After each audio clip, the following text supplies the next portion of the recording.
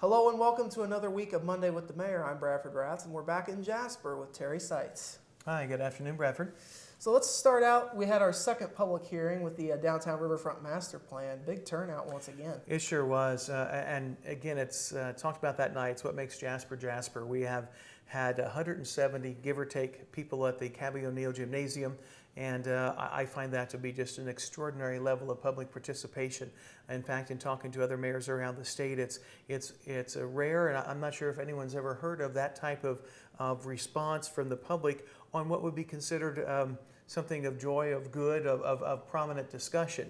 Not necessarily that people would often assemble in opposition to something.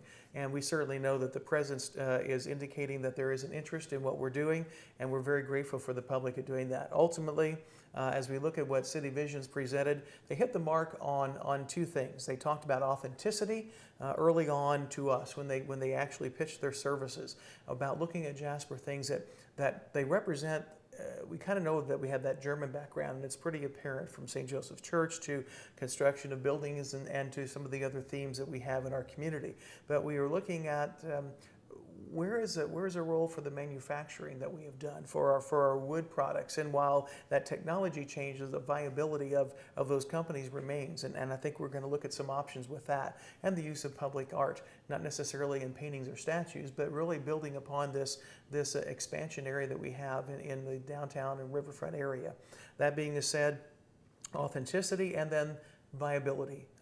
They said they would not deliver anything to the city of Jasper that was not viable, feasible, doable, realistic.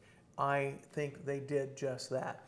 I was very pleased that we had input and a permission to use and share some of the discussions that they've had with the owner of Jasper Cabinet, with the owners of Hoosier Desk and the Veneer Mills, with certainly even the library, excuse me, my apologies, the museum, of talking about the potential of utilizing some of their inventory of what we've made here over the years, perhaps for more of a gallery space. And to have those entities allow that to be discussed in public is significant, because we really want that type of participation. Ultimately, we've been given some concepts.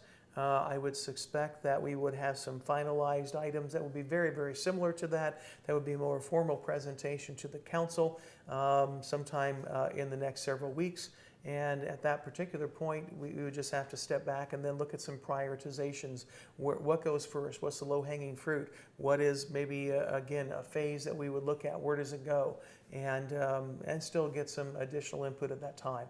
But I like where they hit. I've liked the comments I hit. I'm really enthused by the amount of response the public has made of all regards. It's very important. I know that we have had somewhere over 1,000 views of the presentation on various websites when it was created, and that's probably in addition to those who were at the meeting, and that is just extraordinary. And I'm very proud of the community for that type of interest. So now as we move into the month of September, we got another meeting coming up for the Country Club. That is correct. City Visions, Gamble Associates are also a separate contract with our redevelopment commission on the Country Club, and looking at that golf course, and again, this is very much earlier in the stage of what the downtown is. So this will be really while we've had meetings of the advisory committee that were held publicly, this will be a public input session. It is going to be the evening of September 25th, which is a Wednesday night. And it's going to be at Clubhouse 61. So a new opportunity for people to see this new, what used to be the former Country Club clubhouse, turned into what the Alpine Investments or the Schnitzelbach-Hansman families have put together. And I'm kind of excited about that too. I think they're going to be opening a little bit later this week, and we hope that everything is successful for them. We're very glad that they're going to host us. I do not have a time yet, but we determine that hopefully very, very soon, likely this week. But mark your calendars for September 25th, a Wednesday night in the evening, and we'll have a public session on the Country Club golf course. And then finally, we have a full police force now in the city of Jasper. We do have. We have accepted for probationary candidates and offered conditional offer of employment to Officer Berger and also Officer Brescher. They have a lot of things still to do. They've just completed some recent tests. I can tell you we're going to be about a 6-month process for their hires. Much of what we put them through very rigorous testing, physical, mental, emotional. The state requires some things as police officers.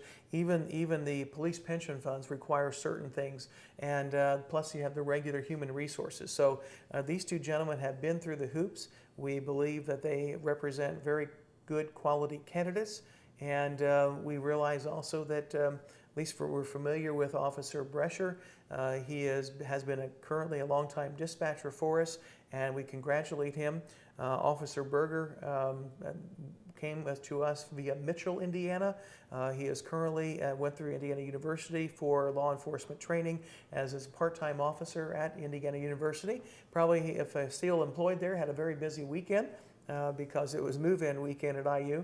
But regardless, we really are happy that these two candidates will be joining the Jasper Police Department. So a lot going on for sure. There is, and when you say that, we require you to put $1 in the dollar jar, because every time somebody says that, there's a lot going on. We want to do that. Well, I'll have to get my wallet out. We'll make a donation out of that. There you go. All right. Well, Mayor, we thank you once again for your time. This has been Monday with the Mayor. We'll have more news right after this.